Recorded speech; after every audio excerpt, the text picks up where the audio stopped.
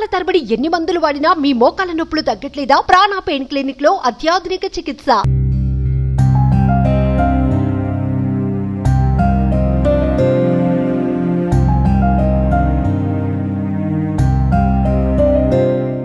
అంటే అసలు గత కొన్నేళ్లుగా మీతో రిలేషన్ లేదని మీ అత్తగారు చెప్తా ఉన్నారండి. 5 years నుంచి రిలేషన్లో లేము. లాస్ట్ 5 years నుంచి ఎప్పుడైతే నాకు ఈ విషయం తెలిసిందో అప్పటి నుంచి నన్ను కొట్టడము చేయడము చాలా నానా విధాలుగా హింసించిండు. తాగేసి వచ్చి ఏ రాత్రి అంటే ఆ రాత్రి ఇది చేయడము చాలా. పవిత్ర డైరెక్ట్ నాకు కాల్ చేసి వాడు నా మొగుడే, ఏం పీక్కుంటో వీక్కో అనేసి కూడా అనింది. ఇలాంటి మాటలు కూడా మాట్లాడింది పవిత్ర జయరాం. వాళ్ళ పిల్లలకి కూడా తెలుసు. వాళ్ళ అబ్బాయిని వెళ్ళి అడిగాను, వాళ్ళ అబ్బాయితో వెళ్ళి మాట్లాడాను. ఇలా నా భర్త మీ అమ్మతో ఉన్నాడు ఏంటిది అనేసి అని అడిగాను. అడిగితే మీ ముందే వెళ్తారా బెడ్రూమ్లోకి అంటే, అవును మా ముందే వెళ్తారు, మాతోనే ఉన్నాడు, వాళ్ళ ఇష్టం వాళ్ళ లైఫ్, మేమేం అబ్జెక్ట్ చెయ్యము అనేసి పవిత్ర జయరాం కొడుకు అన్నాడు. ఎప్పుడొచ్చినా ఇంట్లో పెద్ద టార్చరే. హేట్ చేసినా కంటిన్యూస్గా దాని ఫోటో చూస్తూ ఉంటాడు. ఇంట్లో తాగితే ఇంట్లోనే ఫుల్ అయిన తర్వాత దాంతో వీడియో కాల్ మాట్లాడుతూ ఉంటాడు.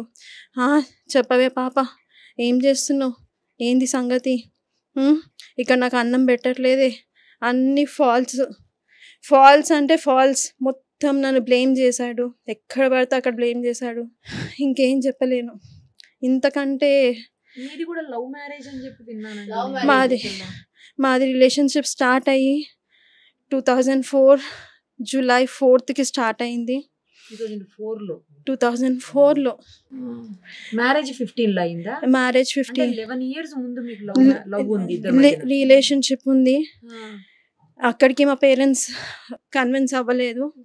నేను మా పేరెంట్స్తో కన్విన్స్ చేసి అందరి సమక్షంలో లవ్ మ్యారేజ్ చేసుకున్నాడు. గ్రాండ్గా చేశారు పెళ్ళి, అందరూ ఒప్పుకొని చేసి. నేను మా అమ్మ చెప్పినా నేను వినలేదు.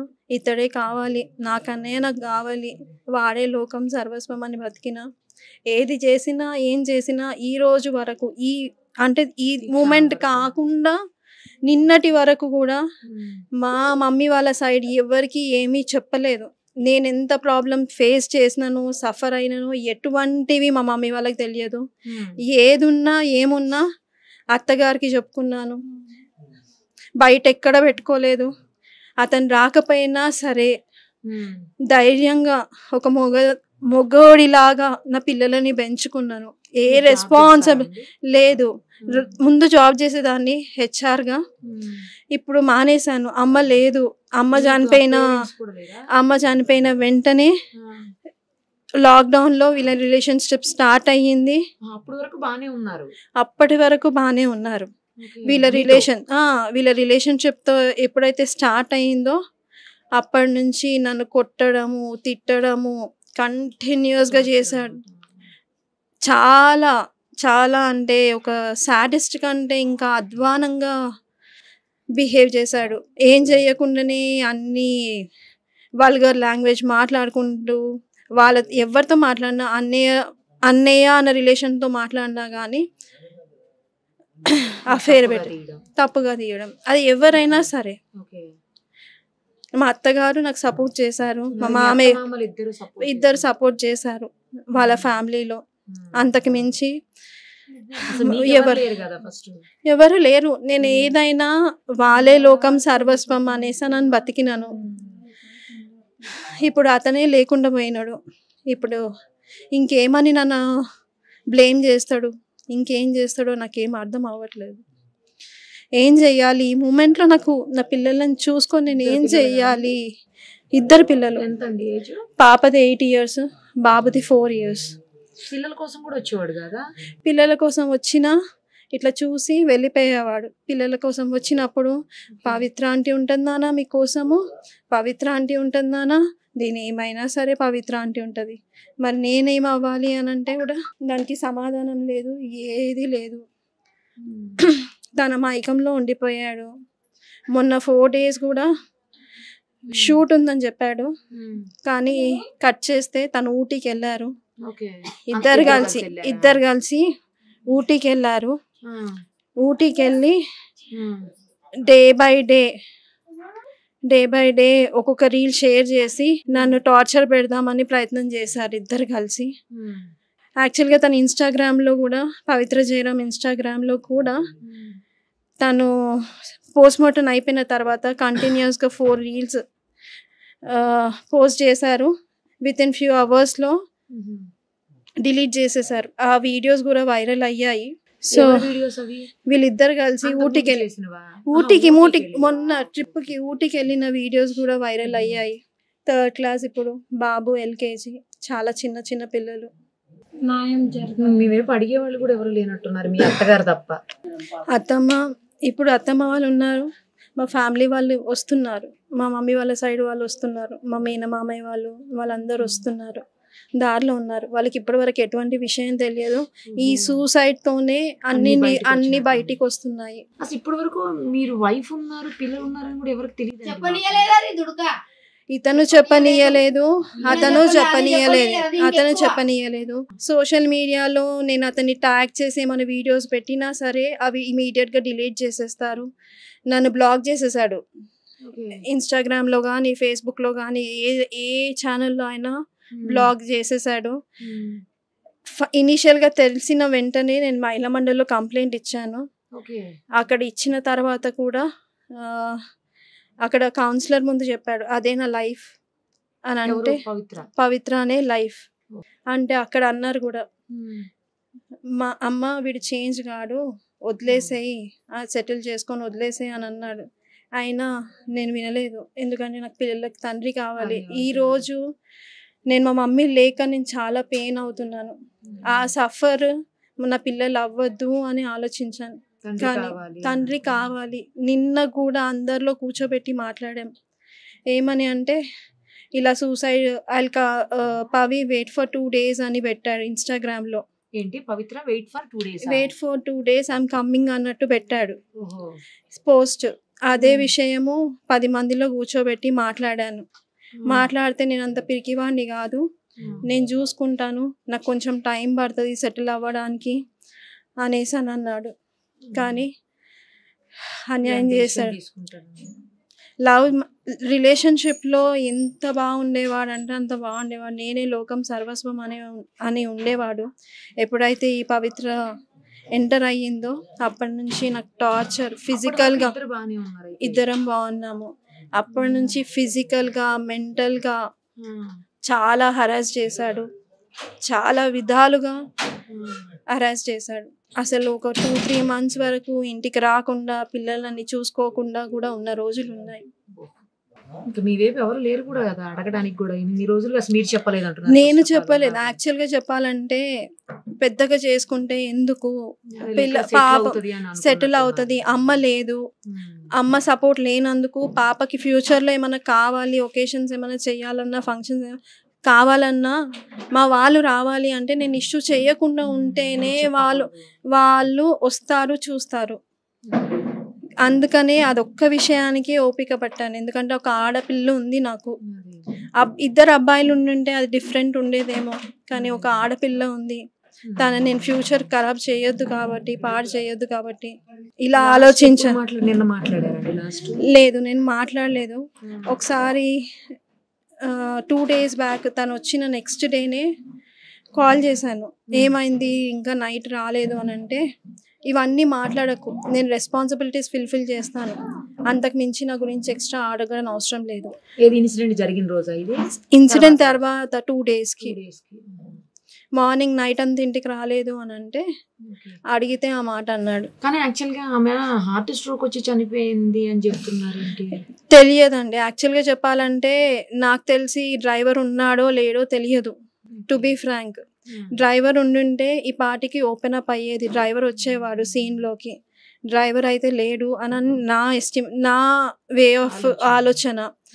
ఎందుకంటే తనకి రిబ్స్ ఇదయ్యాయి అన్నది తెలిసిన ఇన్ఫర్మేషన్, రిబ్స్ ఫ్రాక్చర్ అయ్యాయి అన్నది ఇన్ఫర్మేషన్ పవిత్రకి.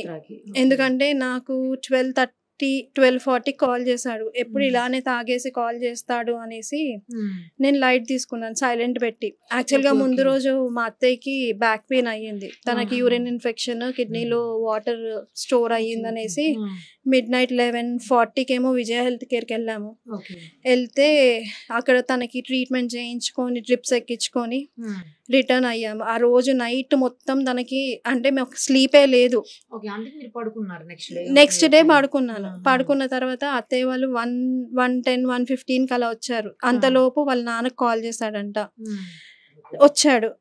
వస్తే సరే ఆగతయ్య నేను కనుక్కుంటాను, మీరు వెయిట్ చేయండి అనేసి కాల్ చేస్తే పవిలేస్తలేదు. సరే ఒక్క నిమిషం ఆగు, నీకేమయ్యింది ఫస్ట్ అది మేజర్గా చెప్పు అనేసి అని అడిగాను. అంటే నాకు కాళ్ళకి చేతులకు దెబ్బలు తాకాయి కానీ పవిలేస్తలేదు అనేసి అని అంటే వెయిట్ చెయ్యి, వేరే హాస్పిటల్కి తీసుకోవడానికి ట్రై చెయ్యి అనేసి చెప్పాను. అంటే కాల్ కట్ చేశాడు. మళ్ళీ కొంచెం సేపటికి కొద్దిసేపటికి మళ్ళీ కాల్ చేసి తను చనిపోయింది అనేసి ఏడుస్తున్నాడు. ఇంకా దానికి నేనేం చేయలేను. సో ఇది ఇన్సిడెంట్ జరిగింది. ఈ రోజు పొద్దున్న మీ అత్తయ్య చెప్తున్నారు మార్నింగ్ నుంచి ట్రై చేస్తే దొరకలేదు. యాక్చువల్గా నేను 12 నుంచి మేము ట్రై చేస్తున్నాము. 2 o'clock పవిత్ర ఫ్లాట్కి వెళ్ళాల్సి ఉండింది. వాళ్ళ ఫ్రెండ్ సాయి అనేసి ఉన్నాడు, అతని దగ్గరికి అంటే నైట్ వెళ్ళి పవిత్ర దగ్గర నుంచి లగేజ్ మొత్తం తీసుకొచ్చి నా దగ్గర పెట్టాడు అనమాట. ఇంట్లో పెట్టాడు అతని డ్రెస్సెస్ లగేజ్ మొత్తము పెడితే నేనేం చేశాను, నాకు డౌట్ వచ్చి 2 o'clockకి నేను వెళ్దాము అని ఫిక్స్ అయ్యాను. వెళ్తే నాకు రూట్ తెలియదు అక్క, నైట్ తీసుకెళ్ళాడు గల్లీలు తిప్పుకుంటూ అనేసి అని అన్నాను. ఇంకొక ఫ్రెండ్ని ఒక ఇన్ఫార్మర్ని పెట్టాడు ఇక్కడ నా కోసం. అంటే నేను మా ఇంటికి ఎవరు వస్తున్నారు, ఎవరు వెళ్తున్నారు, నా పిల్లలు ఏం చేస్తున్నారు, ఇక్కడ నుంచి ఇన్ఫర్మేషన్ ఇచ్చే అతన్ని అక్కడ పెట్టేసి అతన్ని అడిగాను, ఉదయ్ అన్న కనిపిస్తలేడు, మరి ఫ్లాట్కి వెళ్దామా మణికొండ కంటే అక్క మా ఇంట్లో ఫంక్షన్ ఉంది అయిపోయినాక కాల్ చేస్తాను అనేసి అని అన్నాడు. నేను కూడా కాల్ చేస్తాను అక్క అనేసి కాల్ చేశాడు. యాక్చువల్గా నేను ఆల్మోస్ట్ ఒక 20-30 మెంబర్స్ నుంచి కాల్ చేయించాను. ఒకరి ఫోన్ కాకపోతే ఇంకొకరి ఫోన్లో నుంచి అయినా లిఫ్ట్ చేయొచ్చేమో అనేసి రోడ్ల పంట తిరుగుతూ అటు ఇటు తిరుగుతూ చేయించాను. రెస్పాండ్ లేదు. సరేలే దాని ఫ్లాట్కి అయితే వెళ్తే తెలుస్తుంది ఏంటో సంగతి అని వేరే పిల్లలను ఇచ్చి పంపిస్తే అప్పటికి అయిపోయింది. అంటే మాకు తెలిసింది 6 గంటలకు అట్లా 6 o'clock 12 o'clock నుంచి 12-12:30 నుంచి కంటిన్యూస్గా తిరుగుతూనే ఉన్నాము. ఆ పిక్ లో కూడా ఏదో చున్నీ కనిపిస్తుంది. ఏమో తెలియదండి, నేను చూడలేదు ఇప్పుడు వరకు చూడలేదు.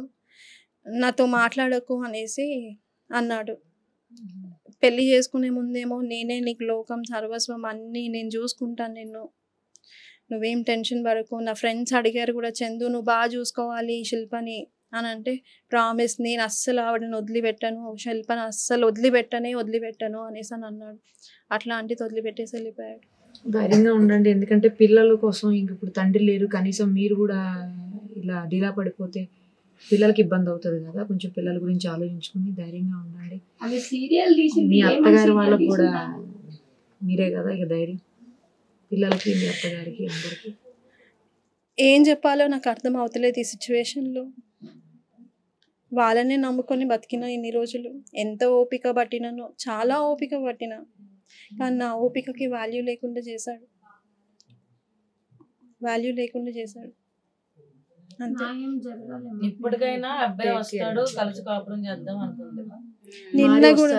నిన్న కూడా ఒకటే చెప్పాను, అందరినీ కూర్చోబెట్టి చెప్పాను, అయ్యింది అయిపోయింది, నేను తన టాపిక్ తీయను, తను నాతో మాట్లాడకపోయినా పర్వాలేదు, పిల్లల కోసం తను ఉండాలి, టైం తీసుకున్నా పర్వాలేదు, ఎంత టైం తీసుకున్నా పర్వాలేదు, తీసుకొని నేనేం అనను, తన ముందుకి రాను అని క్లియర్గా అందరిలో చెప్పిపించాను.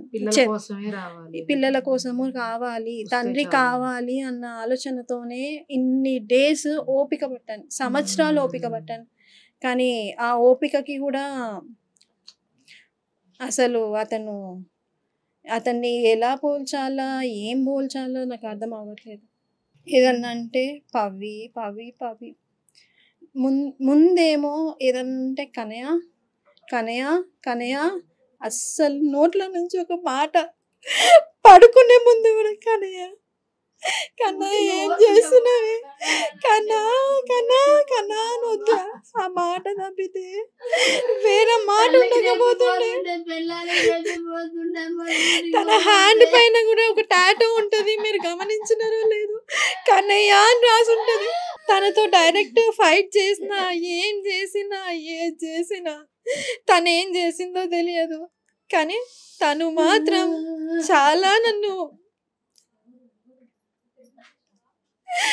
ఏ రోజు నా పిల్లలకి స్కూల్లో రిపోర్ట్స్ లో కానీ దేంట్లో తండ్రి స్థానంలో సైన్ పెట్టలేదు. కాకపోతే ఆ ప్రతీక్ష కాలేజ్ రిసిప్ట్ కి పేరెంట్ ప్లేస్ లో సైన్ పెట్టాడు. అంటే ఆమె ఎవరు? వాళ్ళ అమ్మాయికి తను ఉన్నాడంట, పవిత్ర కూతురికి కొడుకుకి ఉన్నాడంట. కానీ నా పిల్లలకి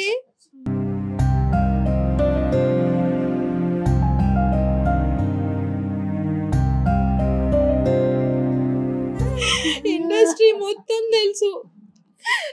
చందు, శిల్ప అంటే ఆ ఇండస్ట్రీ అందరికీ తెలుసు.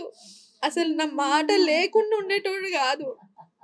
అరే అక్కనే రా నన్ను సెట్ చేసింది, అక్కనే రా సెట్ చేసింది, అందరికి అందరు ఆర్టిస్టులకు చెప్పుకున్నాడు. చాలా మంది ఆర్టిస్టులు కూడా చెప్పారు తనకి, వద్దు ఇట్లాంటి దాంతో నీకు అవసరమా చందు, మంచి ఫ్యామిలీ ఉంది, ఫ్యామిలీని చూసుకో, ఫ్యామిలీని డిస్టర్బ్ చేస్తున్నావు చందు అంటే ఆహా వినలేదు, అసలు వినలేదు. శిల్ప గారు మీరు ధైర్యంగా ఉండండి, చందు గారు వచ్చేస్తారు, మీరు టెన్షన్ పడకండి, ఆవిడ ఇప్పటికీ మీ ఆయన 6th person ఆవిడకి అని చెప్పారు. చాలా మంది చెప్పారు ఆవిడ క్యారెక్టరే అది. సో అలాంటి ఒక వేస్ట్ క్యారెక్టర్ మనిషి కోసం ఈ రోజు మమ్మల్ని అన్యాయం చేసి వెళ్ళిపోయాడు.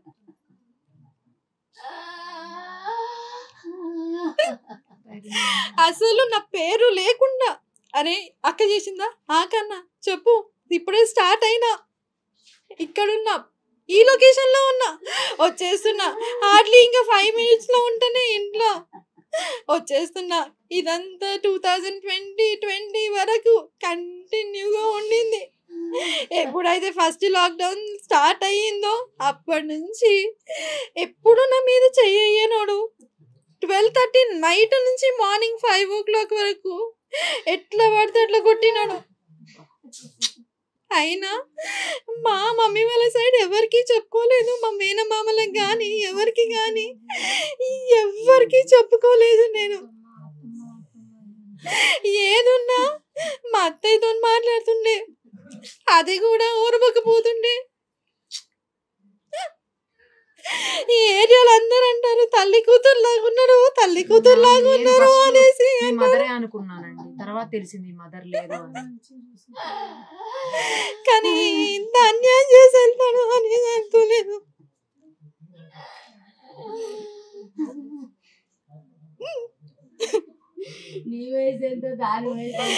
తను చాలా ఏజ్డ్ పర్సన్, ఏజ్ డిఫరెన్స్ కూడా చాలా ఉంది. నాకు చెప్పడమే పవికి హార్ట్ లో హోల్స్ ఉన్నాయి, తనని జాగ్రత్తగా చూసుకోవాలి, అది ఇది అనేసి అని అన్నాడు. కానీ నేను ఒక ఫ్రెండ్ లాగా మాట్లాడుతున్నాడేమో, ఫ్రెండ్ లాగా రీల్స్ చేస్తున్నాడేమో, ఇండస్ట్రీయే కదా మనకు తెలియంది ఏముంది అనేసి అని అనుకున్నాను. తర్వాత నన్ను చాలా టార్చర్ పెట్టాడు. అసలు నా దగ్గర ఉండని కూడా ఉండట్లేదు.